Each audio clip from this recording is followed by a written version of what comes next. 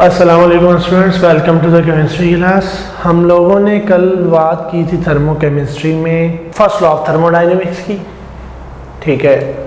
और हमने कहा था heat, amount of heat supply to the system at constant volume change the internal energy of system. हमारे पास एक इक्वेशन थी, हमने प्रेशर वॉल्यूम वर्क की बात की कि W is equal to minus P into delta V, P into delta V होता है। और साइन कैसे आएगा? According to work. Work is done on the system और work is done by the system. If work is done by the system W is equal to minus P delta V हो जाता है। W is equal to minus P delta V. और अगर work done by the system on the system होता है तो W is equal two plus P into delta V होता है। उसके बाद फर्स्ट लॉ ऑफ थर्मोडायनेमिक्स में जो एक्सप्रेशन हमारे पास आया था वो क्या था? Delta E change in internal energy is equal to amount of heat supply to the system at constant volume. Delta E is equal to Q V, ये equation थी हमारे पास, ठीक है। और इसका मतलब क्या है? Amount of heat supply to the system at constant volume only increase internal energy of system. अब हम बात करते हैं इंथाल्पी, और इंथाल्पी के बारे में हमें क्या बातें मालूम होनी चाहिए। इंथाल्पी की डेफिनेशन क्या है और इसके लिए हमारे पास मैथमेटिकल एक्सप्रेशन क्या है। सबसे पहली बात, what is enthalpy? Total heat content of system is called enthalpy of system. Definition हमारे पास क्या? It is total heat content of any system. किसी भी सिस्टम के टोटल हीट कंटेंट को हम इंथाल्पी कहेंगे। इंथाल्पी को हम H से रिप्रेजेंट करते हैं और हम कहते हैं H is equal to, enthalpy किसके बराबर है? H is equal to E plus P into v, internal energy plus pressure multiply by volume. तो यहाँ पे हम इसकी एक और डेफिनेशन लिख देते हैं कि enthalpy is internal energy is sum of internal energy plus sum of product of pressure and volume, ठीक है। तो it is sum of internal energy plus product of pressure and volume. तो हम इसको इस तरह भी डिफाइन कर देते हैं, sum of internal energy and product of pressure and volume.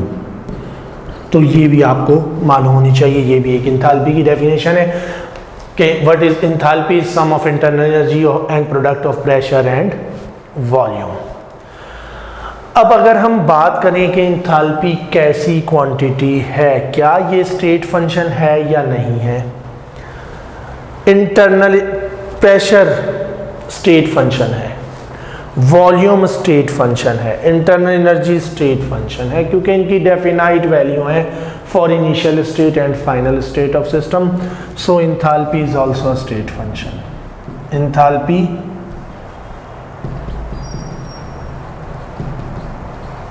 Is state function.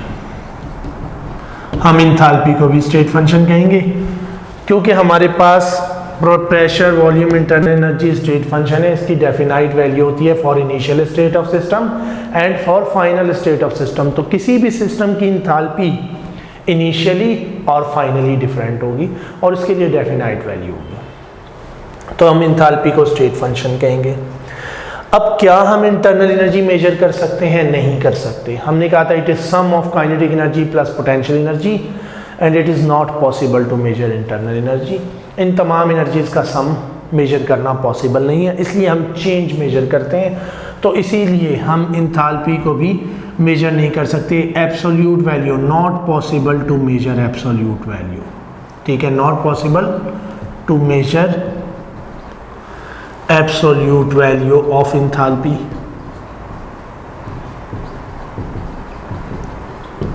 हम क्या मेजर कर सकते हैं? We only measure delta H, change in enthalpy measure कर सकेंगे हम। हम absolute value of enthalpy change measure नहीं कर सकते क्योंकि हम total internal energy of system की एब्सोल्यूट वैल्यू कैलकुलेट नहीं कर सकते। तो इसलिए हमारे पास इक्वेशन क्या होगी, delta H is equal to delta E plus delta P into we.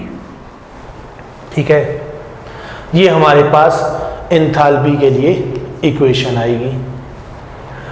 अब अगर हम यहाँ पे delta P into delta we करें और delta P into delta we कर लें एक मरतबा, अगर मैं बात करूं एट कांस्टेंट प्रेशर, प्रेशर अगर कांस्टेंट है, ठीक है, तो हमारे पास डेल्टा पी 0, ठीक है।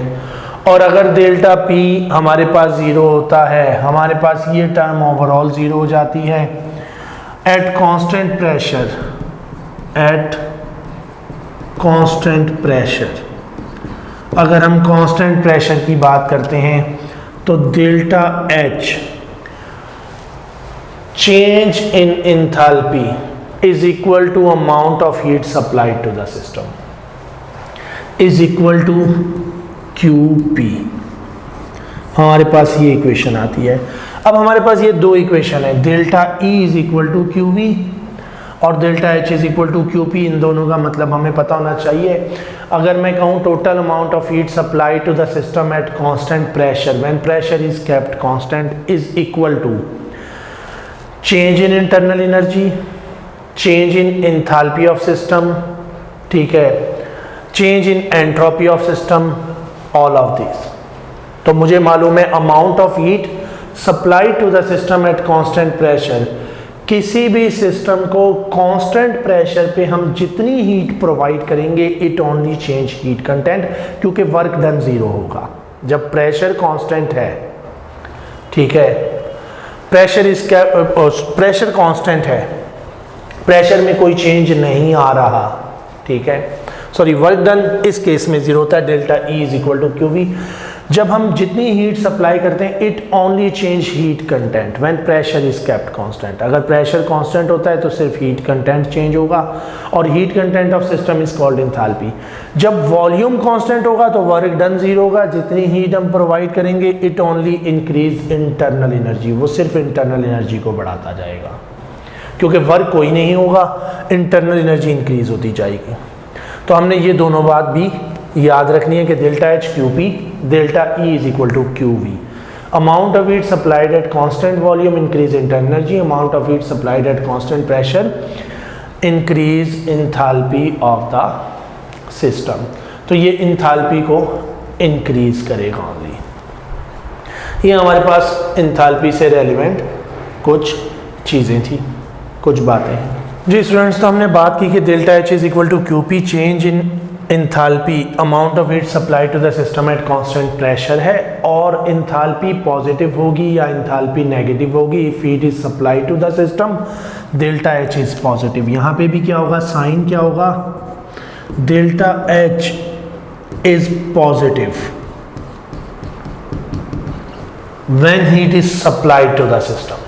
अगर हीट सिस्टम को सप्लाई होती है एट कांस्टेंट प्रेशर, ये बात हो रही है कांस्टेंट प्रेशर पे, तो पॉजिटिव होगा if heat supplied to system, और डेल्टा H की वैल्यू नेगेटिव होगी, delta H is negative when heat is supplied from system to surrounding at constant pressure. Constant pressure पे हीट सराउंडिंग को चली जाती है सिस्टम से, तो डेल्टा H की वैल्यू नेगेटिव होगी।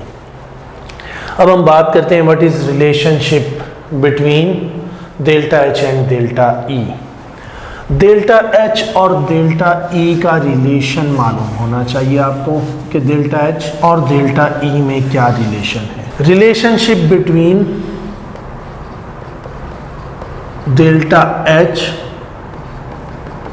एंड डेल्टा E क्या है।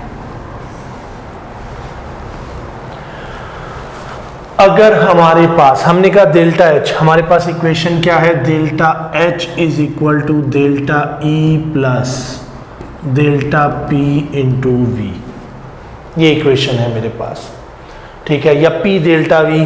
हम इसको जब सॉल्व करते हैं delta P into delta V और पी इंटू डेल्टा वी हो जाती है, ये हो जाती है डेल्टा पी इंटू वी और पी इंटू डेल्टा वी। ठीक है, हमारे पास ये इक्वेशन बन जाती है।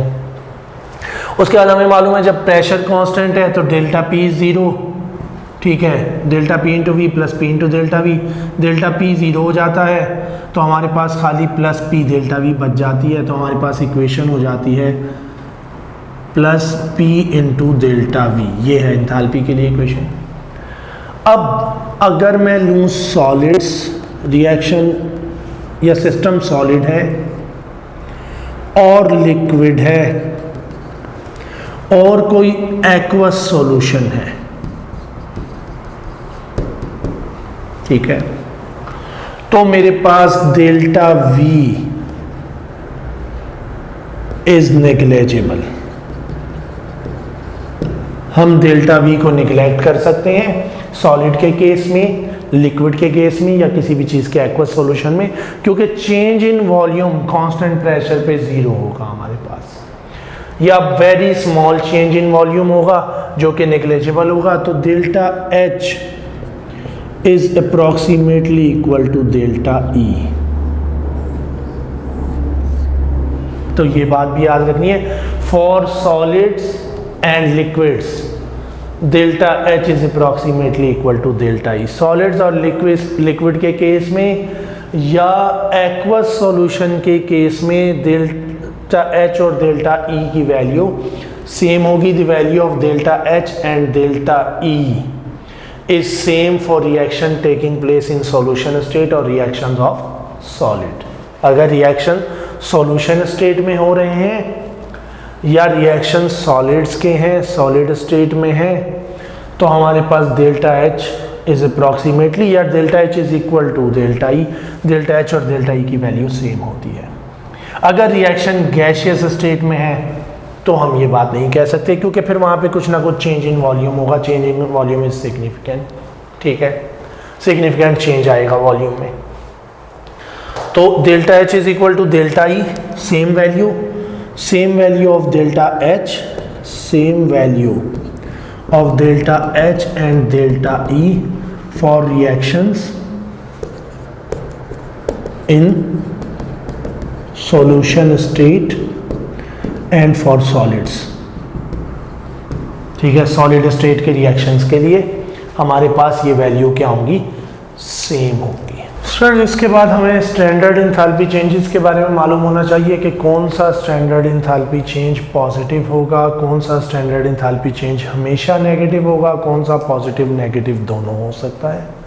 ठीक है, सबसे पहले व्हाट इज स्टैंडर्ड स्टेट। हम स्टैंडर्ड स्टेट किसी भी चीज़ को की, किसी भी सब्सटेंस की स्टैंडर्ड स्टेट किसे कहते हैं भाई, वो नेचुरल फिजिकल स्टेट जो कि 25 डिग्री सेल्सियस पे और 1 atm प्रेशर पे स्टैंडर्ड कंडीशन पे मौजूद हो किसी भी चीज़ की, उसे हम स्टैंडर्ड स्टेट कहते हैं। ठीक है, तो स्टैंडर्ड स्टेट क्या है, natural physical state exist at 25 degree Celsius and 1 atm pressure या एट स्टैंडर्ड कंडीशन। जो भी standard physical, natural physical state of substance, standard state हम कहते हैं natural physical state of substance eight 25 degree Celsius and 1 atm। अब कहा जाए standard state of water is liquid, gas, solid, all of this. तो भाई इसमें से हमारे पास standard state of water liquid है, क्योंकि 25 डिग्री सेल्सियस और 1 atm पे वाटर लिक्विड स्टेट में एग्जिस्ट करता है। सॉलिड स्टेट ऑफ वाटर और गैसियस स्टेट ऑफ वाटर उसकी स्टैंडर्ड स्टेट नहीं है, क्योंकि ये स्टैंडर्ड कंडीशन में इस स्टेट में मौजूद नहीं होता। कोई भी चीज़ स्टैंडर्ड कंडीशन में जिस स्टेट में फिजिकली एग्जिस्ट करेगी वो उसकी स्टैंडर्ड स्टेट कहलाती है। For example standard state of CO2 gas होती है, standard state of water liquid होती है, standard state of iron solid है मेरे पास, ठीक है। अगर मैं स्टैंडर्ड स्टेट बात करूं, मेरे पास ग्लूकोज या फ्रुक्टोज की स्टैंडर्ड स्टेट ग्लूकोज की क्या है, सॉलिड है। हमारे पास standard state of mercury metal is liquid. अगर Hg की बात करें 25 डिग्री सेल्सियस पे लिक्विड स्टेट में होता है, ठीक है। तो standard state of mercury is liquid, Hg की स्टैंडर्ड स्टेट लिक्विड है, ठीक है। अगर मरकरी सॉलिड है तो वो उसकी स्टैंडर्ड स्टेट नहीं होगी। तो सबसे पहली बात, स्टैंडर्ड स्टेट क्या है, physical state of substance eight standard condition, standard condition पे किसी भी सब्सटेंस की फिजिकल स्टेट। अब इसके बाद हम बात करते हैं स्टैंडर्ड एंथैल्पी चेंजेस। इसका मतलब है enthalpy change at standard condition, change in heat content eight standard condition, और वो कंडीशन क्या है, 1 atm pressure and 25 degree Celsius. तो सबसे पहले है enthalpy of reaction, enthalpy of reaction. अगर हम एंथैल्पी ऑफ रिएक्शन की बात करें तो वो हीट चेंज जब number of mole according to balance equation react करें, ठीक है। Heat change when number of moles react according to balance equation. किसी भी दो सब्सटेंस के बैलेंस इक्वेशन के मुताबिक जितने मोल हैं अगर वो रिएक्ट करें, जितनी हीट इवॉल्व या एब्जॉर्ब करेंगे, it is called standard enthalpy of reaction. Positive भी हो सकती है, नेगेटिव भी हो सकती है, मे बी पॉजिटिव और नेगेटिव, डिपेंड अपॉन रिएक्शन। अगर एक्सोथर्मिक हुआ तो नेगेटिव, एंडोथर्मिक हुआ तो standard enthalpy of reaction positive हो जाएगी, ठीक है। हम मेजर करते हैं किलोजाउल्स में, किलोजाउल इज यूनिट, ठीक है। हम जनरली हीट कंटेंट को जाउल में मेजर करते हैं, but during reaction large amount of heat is evolved. तो large amount of heat evolve होती है, इसलिए हम इसे मेजर कर लेते हैं किलो जाउल्स में, and 1000 joule is equal to 1 kilo joule. 1000 joules 1 kilo joule के इक्वल होते हैं, तो इसलिए हम इसे किलो जाउल में मेजर करेंगे। अब जनरली यहाँ एक चीज़ और ज़हन में आई, हमारे पास कार्बन प्लस ऑक्सीजन का अगर हम रिएक्शन उठाएं, रिएक्शन इज एक्सोथर्मिक, मैंने बात की थी ऑक्सीजन के साथ बर्निंग एक्सोथर्मिक होती है, H2 प्लस O2 एक्सोथर्मिक। लेकिन यहाँ पे एक रिएक्शन अपने जहन में ऐड कर लें, when N2 react with O2, जब N2O2 के साथ रिएक्ट करके 2NO बनाता है, ठीक है, तो ये रिएक्शन एक एंडोथर्मिक रिएक्शन है। जनरली ऑक्सीजन के साथ कंबशन रिएक्शन ये एक्सोथर्मिक होंगे, लेकिन N2 plus O2 react in an endothermic manner, इसका रिएक्शन एंडोथर्मिक होता है, और delta H is plus 180 kilo joule plus 180 kilo joule heat content है इसका, डेल्टा H है, ठीक है।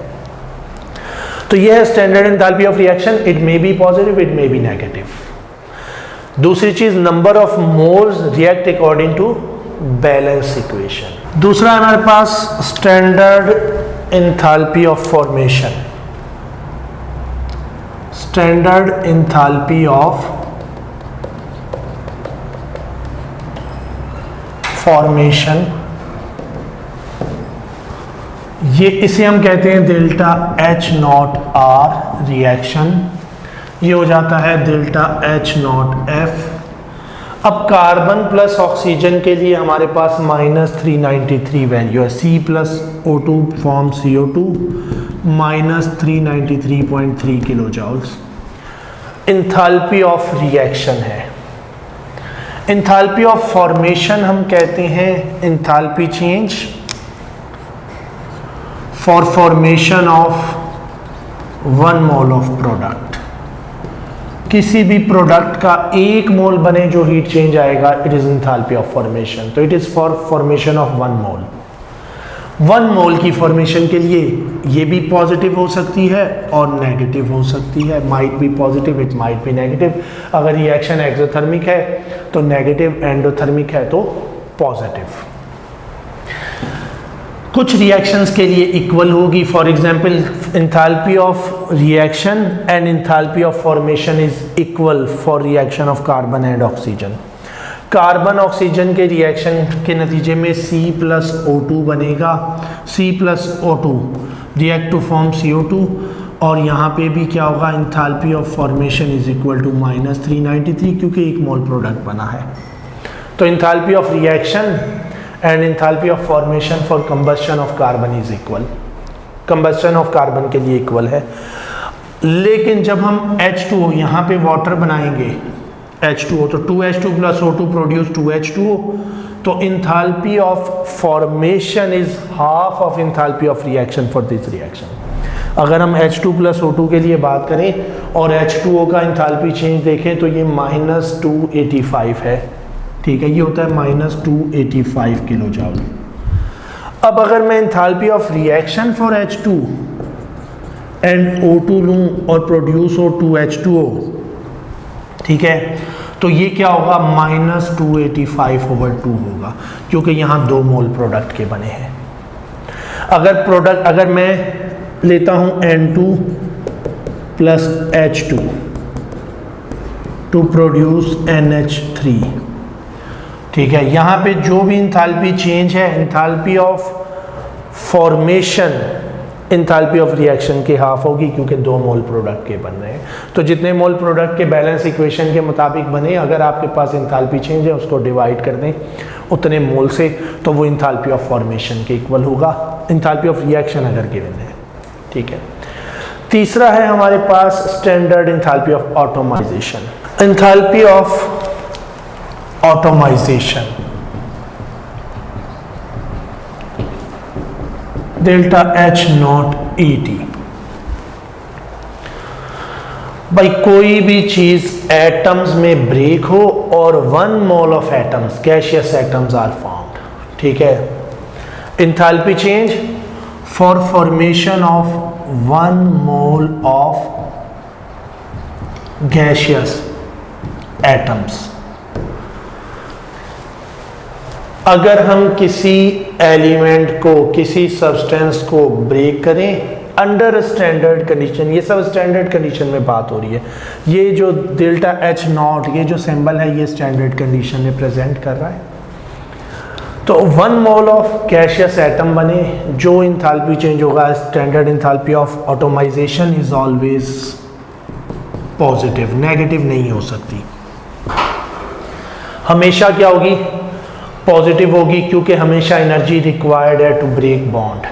एटम्स में ब्रेक होना है किसी भी चीज़ से, और एटम्स में ब्रेक करने के लिए एनर्जी रिक्वायर्ड होगी, कभी भी रिलीज नहीं होगी। तो standard enthalpy of automisation is positive, हमेशा क्या होगी, पॉजिटिव होगी। एग्जाम्पल, किसी भी चीज़ को ब्रेक कर दें Cl2Cl, अब 1 मोल एटम बनेंगे हाफ मोल ऑफ क्लोरीन से, H2 ब्रेक कर दें H एटॉमिक गैसियस एटम में, half mole of H2 hydrogen atom बनाए, स्टैंडर्ड एंथैल्पी ऑफ ऑटोमाइजेशन है। जितना स्ट्रॉन्ग बॉन्ड होगा उतनी स्टैंडर्ड एंथैल्पी ऑफ ऑटोमाइजेशन की वैल्यू लार्ज होगी। नेक्स्ट है हमारे पास enthalpy of neutralisation, standard enthalpy of neutralisation. अब ये बात मैं पहले आपके साथ शेयर कर चुका, स्टैंडर्ड एंथैल्पी ऑफ न्यूट्रलाइजेशन क्या होगी, amount of heat evolved when 1 mole of H positive ion from acid react with 1 mole of OH negative ion from base to produce 1 mole of water। इसे standard enthalpy of neutralisation कहते हैं। और standard enthalpy of neutralisation क्या है, 1 mole of water is produce, 1 mole of water produce होने पे जो heat evolve हो, heat evolved for formation of 1 mole of water, और ये भी हमेशा क्या होगी, नेगेटिव, पॉजिटिव नहीं हो सकती, क्योंकि न्यूट्रलाइजेशन रिएक्शन एक्सोथर्मिक है, हमेशा H पॉजिटिव OH नेगेटिव से बॉन्ड बनाता है और हीट रिलीज करता है। And standard enthalpy of neutralization for a strong acid and strong base is -57.4 kilo joule. ये बात हम शेयर कर चुके हैं कि हमेशा क्या होगी, -57.4 किलो जूल पर मोल for strong acid and strong base. और क्यों होगी, हम इसकी रीज़न भी डिस्कस कर चुके कि एसिड H पॉजिटिव देगा, बेस OH नेगेटिव।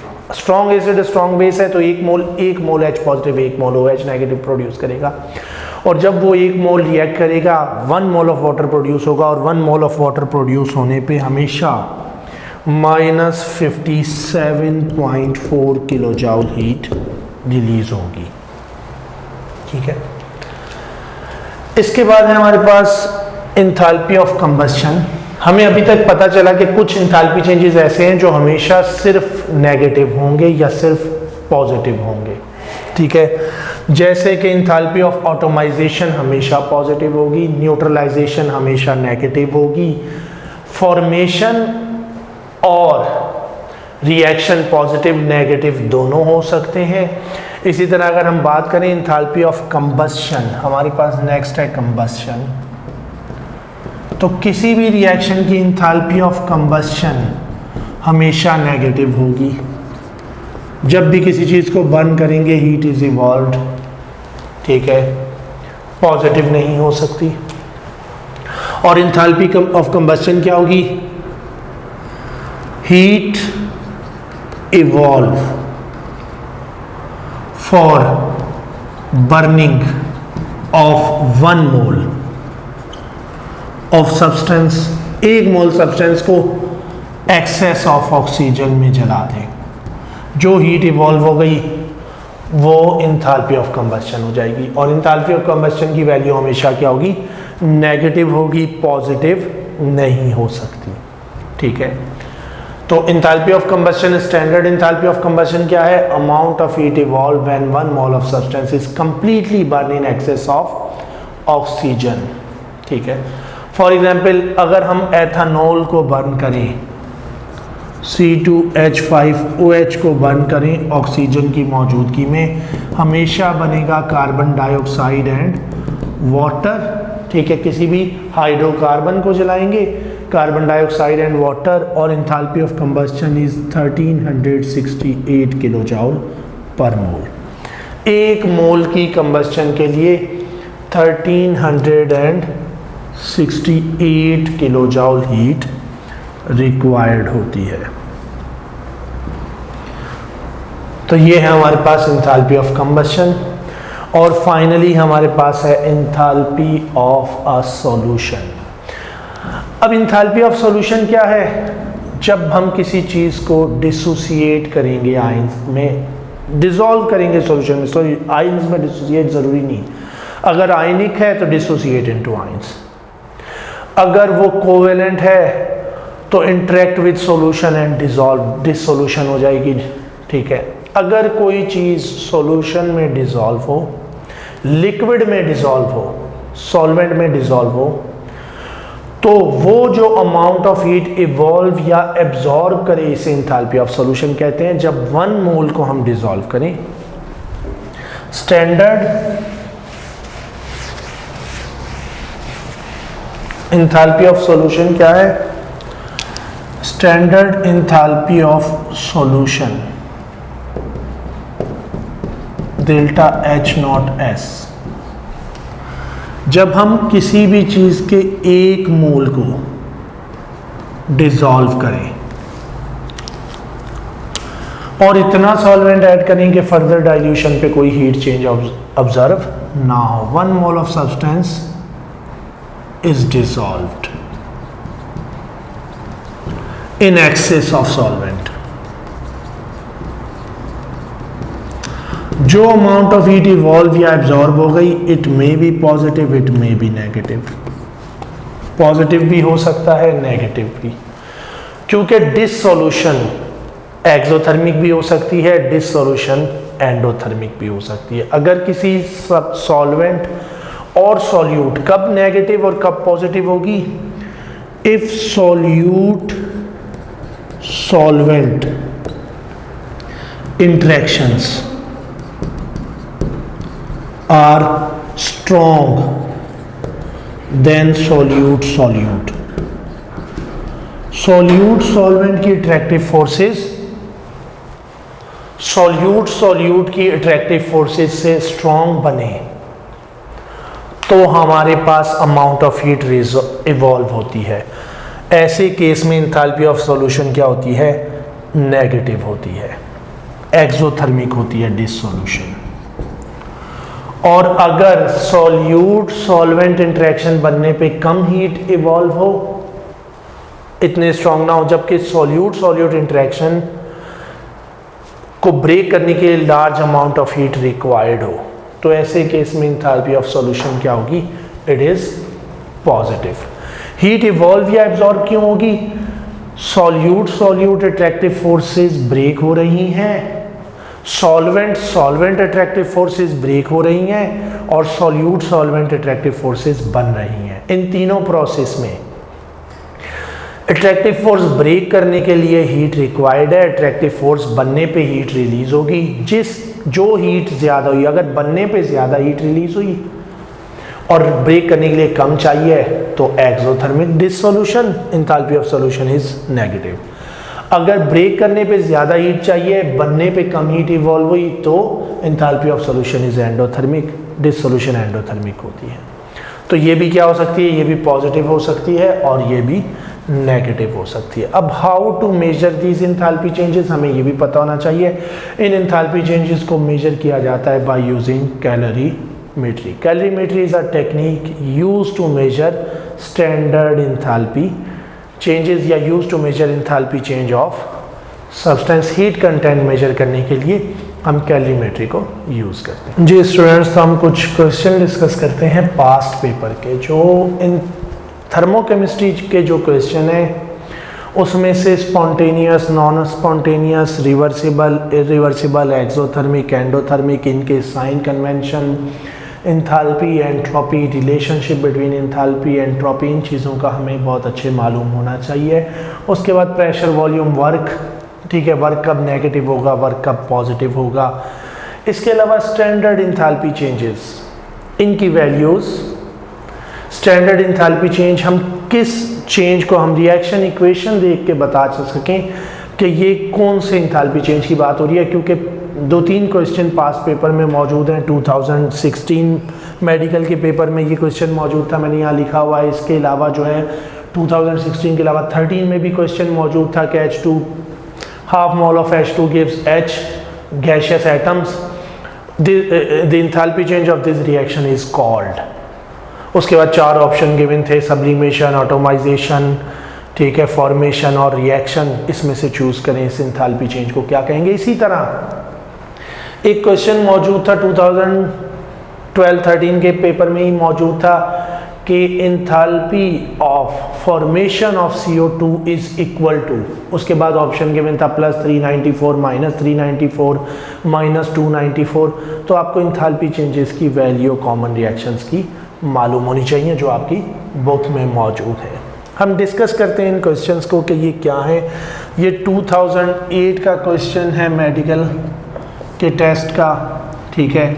और यहाँ क्वेश्चन क्या है, which of the following formation is endothermic reaction, इनमें से कौन सा रिएक्शन एंडोथर्मिक है।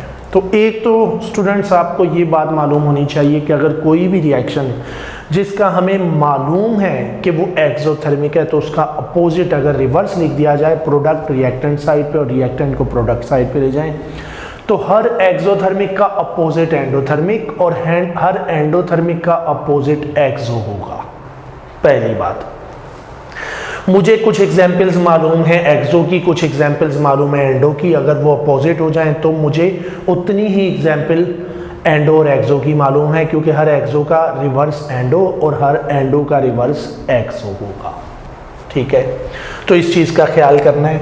उसके बाद हम चूज करने जा रहे हैं which of the following formation is endothermic. अब H2 + O2 प्रोड्यूस 2H2O, ये एक्सोथर्मिक रिएक्शन है, हमें मालूम है। अगर लिखा होता H2O produce H2 and O2, ये रिएक्टेंट होता और ये दोनों प्रोडक्ट होते, तो ये एक एंडोथर्मिक रिएक्शन होता। C + O2 combustion of carbon with oxygen is exothermic, हमें मालूम है। मैंने आज ही आपको बताया कि नाइट्रोजन विद ऑक्सीजन का रिएक्शन एंडोथर्मिक होता है। मैंने 2NO की एग्जांपल दी थी, N2O2 बने तो भी एंडोथर्मिक होता है। तो reaction of nitrogen with oxygen given है N2 + O2 गिव N2O2, ये एक एंडोथर्मिक रिएक्शन है। ठीक है, तो हमारे पास ऑप्शन सी आएगा यहाँ पे। अब ये बात आप याद रख लें, N2 + O2 एंडोथर्मिक वे में N2O2 बनाता है, एंडोथर्मिक रिएक्शन ही होता है जब ये NO बनाता है। ठीक है, नाइट्रोजन के जो ऑक्साइड्स बनते हैं दे रिक्वायर हीट। नाइट्रोजन के ऑक्साइड्स एंडोथर्मिक रिएक्शन से बनते हैं। ठीक है, उसके बाद क्वेश्चन है 2009 का मेडिकल का क्वेश्चन है, which of the following formation is endothermic. इनमें से कौन सी फॉर्मेशन एंडोथर्मिक है। ठीक है, तो ये उसी टाइप का क्वेश्चन है। ठीक है, हम इसको भी देखेंगे क्या है। Carbon plus oxygen to produce CO2 is exothermic, हमें मालूम है। अमोनिया फॉर्मेशन हम हेबर प्रोसेस में पढ़ चुके हैं, -192 किलो जॉल हीट चेंज होता है अमोनिया फॉर्मेशन का। ठीक है, -192 किलो जॉल पर मोल, तो ये एक एक्सोथर्मिक रिएक्शन होता है। H2O produce H2 and O2, हमें मालूम है combustion of hydrogen with oxygen is exothermic, तो decomposition of water to produce hydrogen and oxygen ये एंडोथर्मिक होगा। तो मैं यहाँ चूज करूंगा ऑप्शन सी। ये बिल्कुल वही बात हो गई जो कि अभी यहाँ हमने डिस्कस की कि अगर हमें मालूम है कि कोई रिएक्शन एक्सोथर्मिक है तो उसका अपोजिट रिवर्स एंडोथर्मिक होता है। ठीक है, स्पॉन्टेनियस का रिवर्स नॉन स्पॉन्टेनियस होगा, नॉन स्पॉन्टेनियस का रिवर्स स्पॉन्टेनियस होगा। ठीक है, अच्छा, इसके बाद हमारे पास 2016 का एक क्वेश्चन है। क्या दिया हुआ है, magnesium plus ½ mole of oxygen produce magnesium oxide, delta H is -692 kilo joule per mole. Delta H कितना है, -692 kilo joule per mole. In this reaction delta H will be called, इस इंथैल्पी चेंज को हम क्या कहेंगे। Delta H0 80, इसका मतलब है atomisation. Delta H0 S is enthalpy of sublimation. Sublimation, enthalpy of sublimation हम कहेंगे when 1 mole of substance is completely sublime at a standard condition। तो enthalpy of sublimation, C option है enthalpy of solution, और D है standard enthalpy of formation, enthalpy of formation। तो हम देखेंगे product कितना बन रहा है। अगर तो प्रोडक्ट का 1 मोल बन रहा है तो इट इज फॉर्मेशन। ठीक है, आयोनाइजेशन नहीं हुई। अगर सिर्फ आयोनाइजेशन हो रही होती किसी आयोनिक सब्सटेंस की, या सिर्फ एक्वस फॉर्म में या सॉल्यूशन में डिसॉल्व हो रहा होता, तो हम कहते हैं it is enthalpy of solution. अगर कोई चीज सॉलिड से गैसियस स्टेट में चेंज हो रही होती, कोई बॉन्ड ब्रेकिंग बॉन्ड फॉर्मेशन ना हो रही होती, तो it is enthalpy of sublimation. अगर कोई चीज एटम्स में ब्रेक हो रही होती गैसियस एटम्स में, तो एंथैल्पी ऑफ एटमाइजेशन। यहाँ पे रिएक्शन हो रहा है, magnesium plus O2 magnesium oxide बना रहा है। अब हम अमाउंट देखेंगे, अगर अमाउंट 1 मोल बनी है तो ये एंथैल्पी ऑफ फॉर्मेशन भी है, और अगर यहाँ moles according to balance equation है Mg plus O2 give 2MgO, यहाँ 2Mg है, तो फिर ये एंथैल्पी ऑफ रिएक्शन है। ठीक है, अगर प्रोडक्ट के 1 मोल के लिए यहाँ बैलेंस किया गया है ½ मोल ऑफ O2, तो ये एंथैल्पी ऑफ फॉर्मेशन कहलाएगी। ठीक है, सम टाइम ऐसा होगा कि एंथैल्पी ऑफ फॉर्मेशन और एंथैल्पी ऑफ रिएक्शन सेम होगी, जैसे कि हमने C प्लस O2 के केस में बात की थी कि प्रोडक्ट बैलेंस इक्वेशन के अकॉर्डिंग भी 1 मोल बनता है। ठीक है, और 1 मोल जब बन रहा है तो हम इसे एंथैल्पी ऑफ फॉर्मेशन भी कह सकते हैं, और बैलेंस इक्वेशन के अकॉर्डिंग जनरली बन रहा है तो it is standard enthalpy of reaction, ये एंथैल्पी ऑफ रिएक्शन भी है। तो यहाँ पे ये क्या हो जाएगी, एंथैल्पी ऑफ फॉर्मेशन। अब एंथैल्पी ऑफ सब्लिमेशन जो होती है वो भी हमेशा पॉजिटिव होती है, ये भी याद रखना है, इज ऑलवेज पॉजिटिव। सब्लिमेशन भी नेगेटिव नहीं हो सकती। ऑटोमाइजेशन भी हमेशा पॉजिटिव होगी, ये भी नेगेटिव नहीं हो सकती। तो वैसे भी हमारे पास 2 ऑप्शन बचते हैं, सॉल्यूशन एंड फॉर्मेशन। तो ये है हमारे पास कुछ क्वेश्चंस यकीनन आप इन की पॉइंट्स को अपने पास नोट कर रहे होंगे, आप इन चीज़ों को लिख रहे होंगे, ठीक है, ताकि आप बेहतर वे में MCQs को सॉल्व कर सकें। हम मज़ीद कंटिन्यू करेंगे, हमारे पास कुछ टॉपिक जो हैं इसमें कैलोरीमेट्री और बॉर्न हैबर साइकिल और हेसेस लॉ हैं जो कि बहुत इंपॉर्टेंट है थर्मोकेमिस्ट्री में, तो हम उसको फर्दर डिस्कस करेंगे। Thank you.